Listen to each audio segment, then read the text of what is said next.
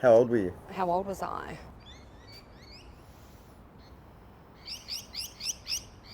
17, 18, 18 years of age. Very young. Yeah, it is really young. It is really young. And I remember being at a music festival in Melbourne, and I bumped into a girl that I went to school with. And, you know, it's a music festival. People are young, they're doing drugs in toilets, that kind of thing. And, you know, I had pills and I had speed. And she walked out the toilet with a pipe. And I'd never seen one before. Yeah, I'd never seen a pipe. And you know, the older boys that I used to hang around when I was on speed, they used to smoke it, but not around me. Yeah, they'd just give me bumps. And I was like, what is that? And she goes, it's ice. I said, oh, can I try some? And she's like, no, you don't want to do this. And I think at that point of her life, she was a little bit beyond me and a little bit addicted at that stage. And, you know, I remember her, I won't say her name, but I remember her saying, no, you don't want to do this, Hales. And it would have been probably not even like 4 months after that I was at someone's house and they had it. Tell us about that first high. Yeah. The exhilaration of that first high. I was like nothing I've ever experienced before. Can you describe it? Like There's no words for it. It's just, so I'm very fast paced and I speak at 1,000,000 miles an hour. It's me on steroids. I was able to think clearer. I was like an octopus with every hand. Like it's the easiest way to describe it. When you're first doing drugs and you are someone that is highly functioning in all aspects of your life, I was able to get double the amount of stuff done than I could usually do. So I had it, I was awake, I was active, I wanted to do things, I wanted to, you know, if I had something to do, you know, at work or at home or a task, I could get it done like that. Yeah, I was indestructive. You felt you could conquer the world. 100%. And I'd walk around with, you know, I'd be charging everywhere, yeah? And no one knew at this stage what was going on in my life. And so that was like the first couple of times I had it. And, you know, when you're having it at that stage and looking back on it now, I was like, cool, so like, are we going to do it again next weekend? And the people that I hung around, they were doing it every weekend. And, you know, a couple of my friends were unemployed at the time because, you know, dropped out of high school, that kind of stuff. And there was a particular house that I pretty much grew up in with her family, by her mum and herself. And that's where we would go. That was our epicenter. That's where we would do drugs.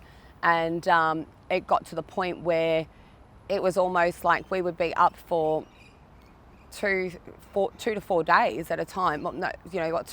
That's an underestimate. We would be on it for like 4 days in a row, and then we'd crash for 24 hours, and then we'd do it again. That's the point I want to get to. When did next weekend become every weekend and then every day? Really quickly, really quickly, really quickly. Probably within the space of, I'd say like under 8 weeks. And when it becomes every day, is there a point you're saying, this is a problem? Yeah, so it was like, I never thought it was a problem back then because I thought it was fun. I didn't think it was a problem until I started losing myself. And it comes back to what I was saying about the marijuana use. So you're still sort of 18 years old, yeah? Yeah. I'd been kicked out of home at 17 years old at schoolies by my mum. She'd basically had enough, right? Because she could see what was going on and how self-destructive I was being with my life. And my mum is a Catholic woman. She has her own issues, that's her. But mum basically said to me, she rang me up. I went to schoolies for Queensland schoolies. And mum rang me and she goes, if you get on that plane, you're going to have nowhere to come back to. And I said, sorry? And she goes, if you get on that plane, Hayley, you're going to have nowhere to go back to. Now, you got to understand that at this stage, I was trying to rule, so it was me, my mum and my sister, yeah? I was slowly, hanging out with these people that she didn't like me to. I was getting aggressive because she knew what was going on. Yeah, I was getting angry. You got no idea what I'm going through. So our relationship was breaking down. So you're 18 years old, you've got a monkey. Actually, no, not a monkey. You've got a 500-pound gorilla on your back. Yeah. Which you're trying to hide from the world. You're trying to hide from your parents. Your relationship with your mother is at an all-time low. And I'm now finding myself in a situation where I'm stuck up in Queensland and I don't have a home to come back to. So I ended up moving in with a girlfriend. Well, she wasn't even a girlfriend. She was just someone in a year below me. She's like, come back to Melbourne, rada. And through that time, I always was able to work. But I think the biggest monkey on my back, Steve, were probably my own mental issues that I hadn't dealt with along the way. Big events in my life that had happened that I thought I was dealing okay with, that I was just trying to numb and move on from. The drug ice, it does tend to infiltrate sort of the lower socioeconomic communities. And See, I disagree with you there. I'd absolutely disagree with you there, because being a drug addict like myself who has hung around all levels of ice addiction, I've seen people from my age, like when I was back younger, right, to principal professionals toking on a pipe. But those are the people, when they do it, those are the people who can afford it. How could someone, someone who's barely out of school, barely established herself in the workplace, homeless, be sustaining a drug habit that's spiralling out of control? Yeah, so look, when you're at that age, I suppose you all put in for it. When you're younger, like a lot of people, like I had a certain clique of friends, and if someone didn't have money one week, I'd have money the next week, or vice versa, and we'd all kind of go around. It was communal. We were younger, we would hang around older people that would like kind of feed our drug addiction. You know what I mean? And that became feeding the drug addiction the priority in your life? Yeah, at one stage, I suppose. Yeah, definitely. And that's why I found myself in and out of houses for so many years. So when I got back to Melbourne, I was living in shared accommodation.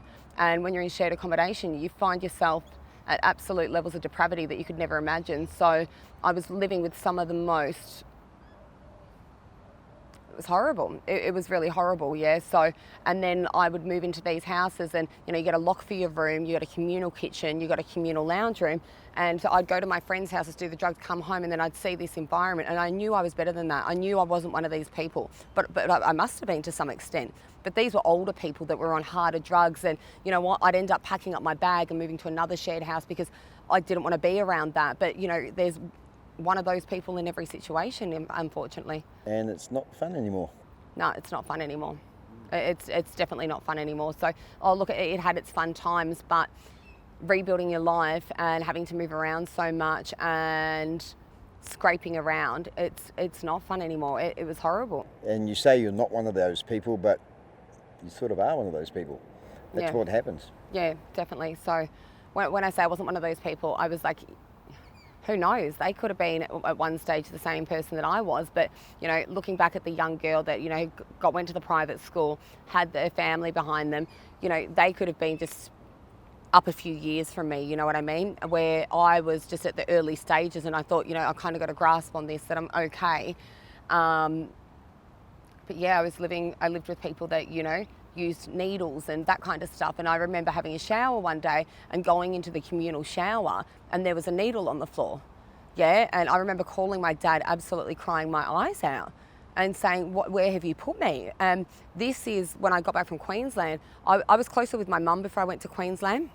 And then when I got back, my dad found me the shared accommodation place to live in, and he thought it was, he did the due diligence as a parent, went to their, people are putting up this masquerade of who they are. And I hadn't really spoken to Dad in years because of the conflict that was going on between Mum and Dad. But yeah, I rang up Dad crying, and I was just like, Dad, this house. And he's like, what do you want me to do, kind of thing.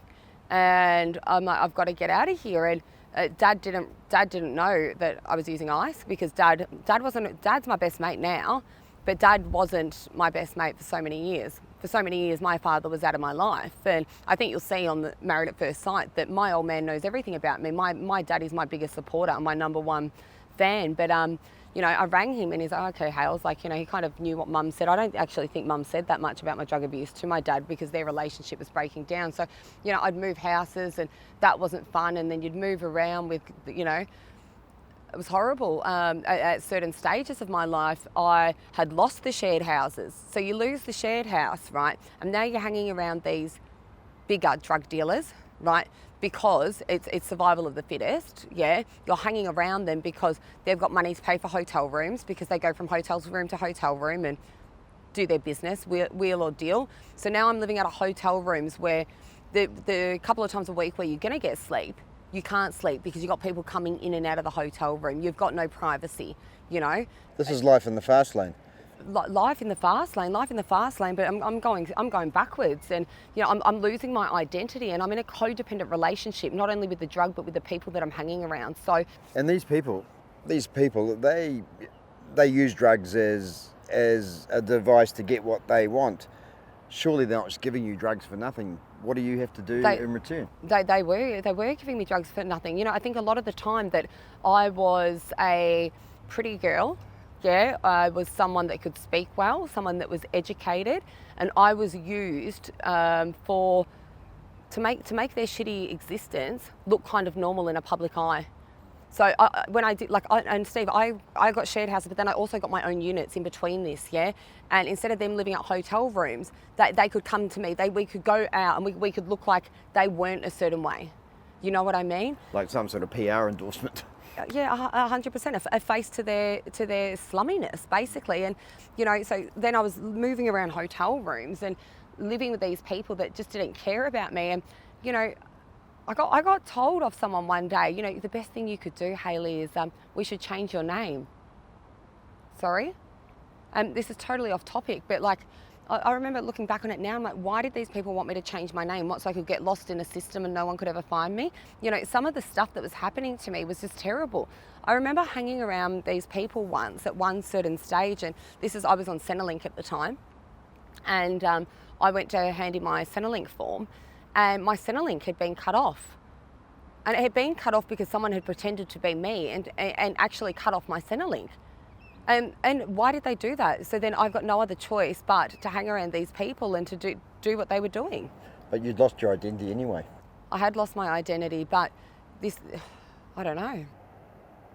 And when you lose your identity, you lose part of your soul, don't you? Yeah, you do. It's soul destroying. It's absolutely soul destroying. It's horrible. It cuts deep right into that sort of wellspring that you draw from to find strength in everything you do. You end up having no light, and the only light and the inner strength that you have is coming from these people that are just feeding you what they want you to hear, and then within any quick minute they'll just pull it out from underneath your feet. You know what I mean? And then well, leave, go on, do something. Well, where am I supposed to... Well, you're on the highway to hell. Yeah. At what stage do you think I need to pull up here and maybe take a left turn and try and... There were heaps of stages, Steve. There were heaps of stages throughout that period. Now, you still got to remember, I'd pushed a lot of people away that I'd grown up with, a lot of people that came from good families, but I still had people that I kept in contact loosely with over Facebook or, extended family, friends and that kind of thing. So during this period, I'd still be in contact with them and they're like, come stay at my house for, a week or something. So I'd do that, yeah. And look, I was still using when I went away from there, but I'd go back, but I'd have some kind of family dynamic, And so when I was there, you saw the hope, you saw the opportunity, but my 19, 20-year-old friend that still lives at home with their family, they can't just say you can live here. You know what I mean? So you've got that glimpse of hope, but you've still got to return. I've got no safeguard at this point. I've got no money behind me. You know what I mean? What am I supposed to do? I can't. Thank you, that's good. Thank you for, it was awesome. You know what I mean? I'd get a tiny bit of mental hope back. I'd start getting a little bit happier. I do what they do. One of the best things that I used to remember is sitting down for a family meal, with their family or something. And yeah. But it's at what stage or any stage did you think maybe if I applied the strength and resourcefulness that I'm using day in, day out to find hotel rooms, to find drugs, to find links and associations with people who are going to feed my addiction, if I applied myself in a legitimate way and put that energy towards something else, that I could be hugely successful. 100%. And so this is at my younger stages. You got to remember, I was hugely successful and I have been hugely successful throughout those years. I had every single job that I've had. I've either been a manager, I've been asked to get promotions. I've always been good at sales. I started off in retail. I'd start off at a retail assistant at, say, a men's suit shop, and within a month I was the manager, or they'd ask me, do I want to go do sales training and developing with staff, yeah? So I was good, but the more money that I earned, the more I'd spend on drugs, and then you know what? I'd end up not coming up for the Saturday shift or something, or rah, and I'd have to quit and I'd have to walk away because I was so embarrassed to admit where I was as a person. So the resourcefulness has always been there. I always was kind of dancing on that fine, and I got a tattoo on my back that says, I balance on that fine line. I feel faith between that cosmic link of life, because I was always never 100% negative or 100% positive. I was always kind of dancing in both areas, It's called a double life. Yeah, 100%. I was leading a double life. I had a mask on and I was good at portraying myself a certain way. Yeah, those closest to me knew who I was and knew how vulnerable I was to myself. And terrified that dirty little secret is going to... It was already starting to come out, that dirty little secret. You can't keep faith for that many years without people knowing or without people hearing. You know what I mean? You just can't. You just can't, because it's not normal to have so many jobs or to keep moving houses so many times, or to not have a car at 18 years of age where I come from. Most people have cars, or you know what I mean? Your dirty little secret isn't a secret so much, it's just dirty. It's absolutely horrid. You're getting used and abused by everyone that you hang around. Tell us about the lowest point. Yeah. When you look deep into the abyss and you think there's no way out of here.